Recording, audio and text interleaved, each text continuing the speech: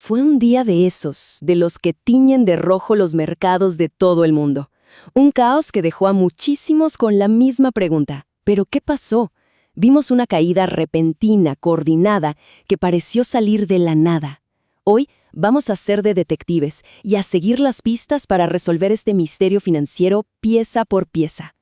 La primera señal de que algo andaba muy mal vino del mundo cripto. A ver, en solo 24 horas, 120.000 millones de dólares se esfumaron. Así, de un día para otro. Un número que la verdad impacta y que fue como la primera sirena de alarma para el resto. Pero ojo, el pánico no se quedó solo en las criptomonedas, para nada. La ola de ventas se fue extendiendo por todo el planeta. El Nikkei en Japón, el DAX en Alemania, el S&P 500 en Estados Unidos, todos los índices importantes para abajo. Estaba clarísimo que era una huida global del riesgo. Y esa es la gran pregunta, ¿no? ¿Qué fue lo que pasó? ¿Fue un solo evento o una terrible coincidencia de malas noticias? Bueno, vamos a desglosarlo para entenderlo bien. Ok, empecemos. Para entender de verdad esta liquidación masiva, tenemos que seguir el rastro de 3 pistas clave que, cuando se juntaron, crearon la tormenta perfecta. Nuestra primera pista es, cómo no, el dramático desplome de Bitcoin. Y es que en el mundo de las finanzas, los activos más arriesgados suelen ser los primeros que caen cuando el miedo empieza a apoderarse de los inversores. Y eso es exactamente lo que fue Bitcoin en esta situación. El famoso canario en la mina de carbón.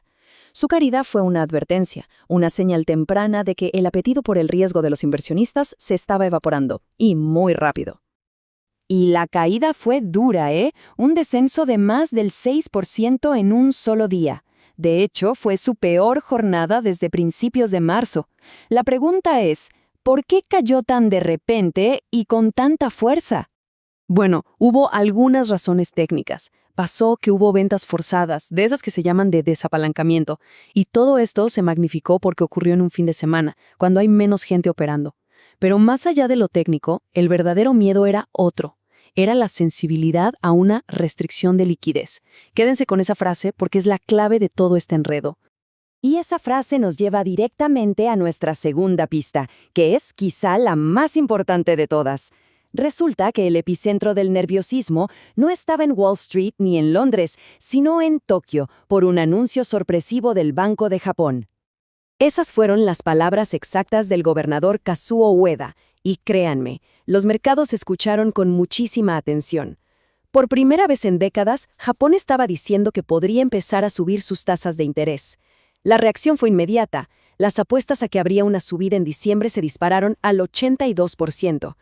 A ver, para entender por qué esto es tan importante para todo el mundo, tenemos que hablar de un concepto que se llama carry trade. ¿Qué es exactamente esto? Básicamente, piensen en esto. Por décadas, Japón ha sido como el proveedor silencioso de dinero barato para todo el mundo. Los grandes inversores pedían prestado yenes a un costo casi nulo para luego comprar de todo. Acciones en Estados Unidos, bonos en Europa, lo que sea. Era el combustible barato que mantenía encendidos los motores de los mercados globales. Y aquí se ve el problema clarísimo. La realidad de antes era dinero fácil, dinero barato. El nuevo temor es que si Japón sube las tasas, esos préstamos en yenes de repente se vuelven mucho más caros. ¿Y qué tendrían que hacer los inversores? Pues salir a vender masivamente sus activos en todo el mundo para poder pagar esas deudas. Una reacción en cadena.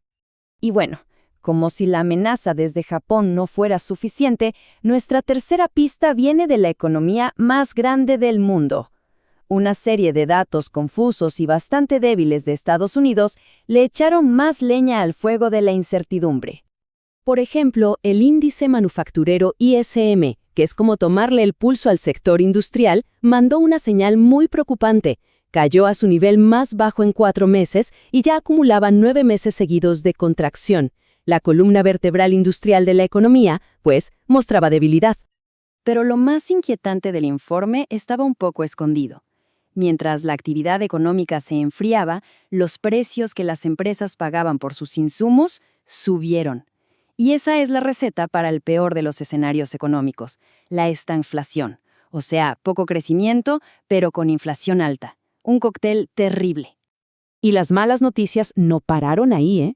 Los datos del Black Friday, si se ajustan por inflación, en realidad mostraron una caída.